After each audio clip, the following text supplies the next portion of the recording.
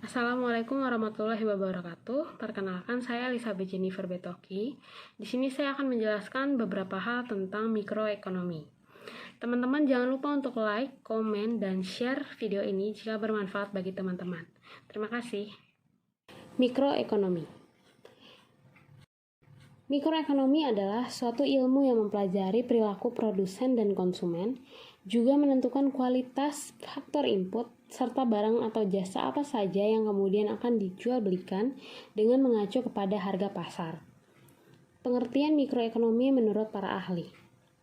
Mary A. Merchant and William M. Snell, ekonomi mikro merupakan kajian terkait individu, rumah tangga, dan perusahaan pengambil keputusan dalam proses ekonomi. Berikutnya dari David M. Moss, ekonomi mikro sebagai langkah penganalisaan sebuah keputusan yang dibuat oleh individu atau kelompok mulai dari faktor-faktornya hingga ke pertimbangan akan biaya dan manfaatnya. Lalu ada Adam Smith, melihat adanya berbagai pertimbangan rasional dalam mengambil keputusan yang dipilih oleh pelaku ekonomi. Ruang lingkup mikroekonomi. Interaksi di pasar barang. Pasar merupakan tempat pertemuan antara permintaan dan penawaran. Pasar juga menjadi tempat di mana penjual dan pembeli dapat bertemu untuk dapat melakukan transaksi jual beli. Kedua, perilaku penjual dan konsumen keduanya memiliki sifat yang rasional, di mana penjual menginginkan keuntungan maksimal dan pembeli menginginkan kepuasan optimal dari segi kualitas dan harga produk.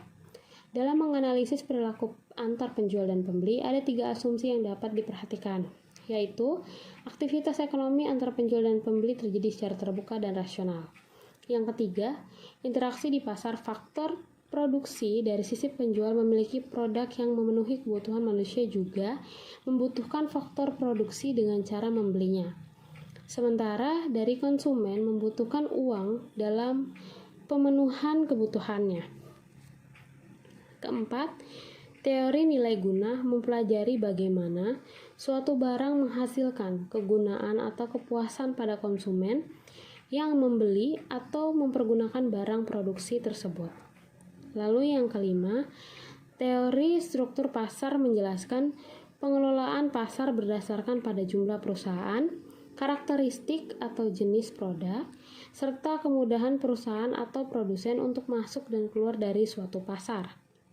Yang keenam, elastisitas harga mempelajari bagaimana harga-harga suatu barang maupun jasa terbentuk di pasar. Harga ini dipengaruhi oleh seberapa banyaknya jumlah permintaan.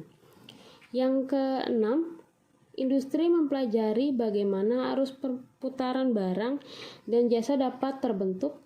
Ia juga menganalisis barang produksi, produsen, konsumen, dan distribusi.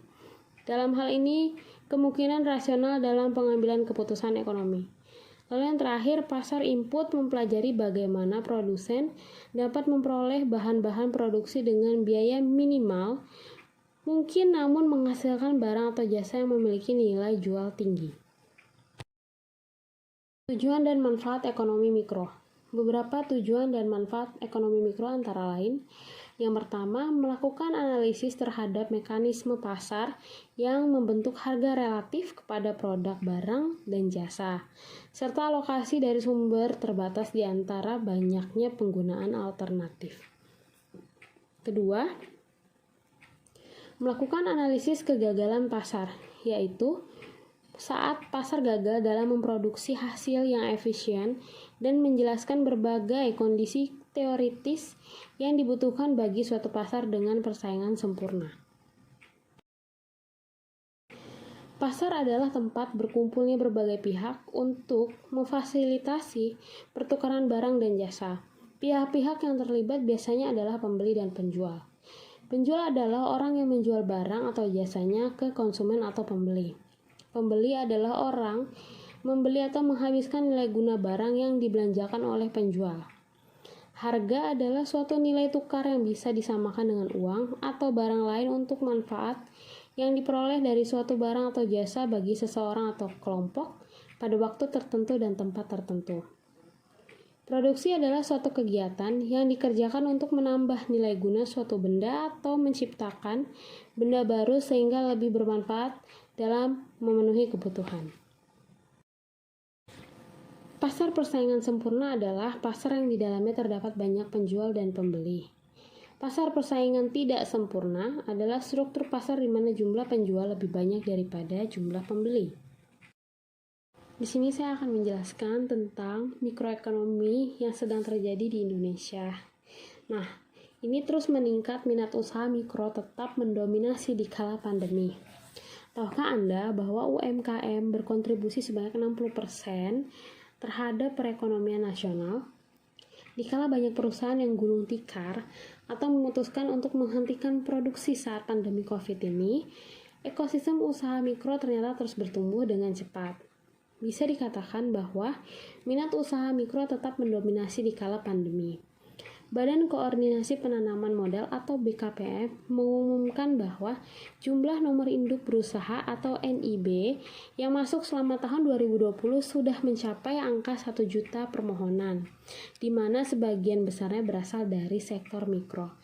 Jadi teman-teman, pada saat ini untuk mikroekonomi Indonesia yang sedang berkembang pesat adalah minat usaha mikro, di mana mereka lebih memilih untuk membuka usaha-usaha kecil yang berkembang pesat di beberapa daerah di Indonesia. Yang bisa teman-teman mungkin lihat saat ini banyak franchise jajanan-jajanan yang sederhana. Demikian yang dapat saya sampaikan terkait mikroekonomi dan juga mikroekonomi di Indonesia yang sedang terjadi. Jangan lupa teman-teman untuk like dan komen serta share video ini jika bermanfaat bagi teman-teman semua. Terima kasih.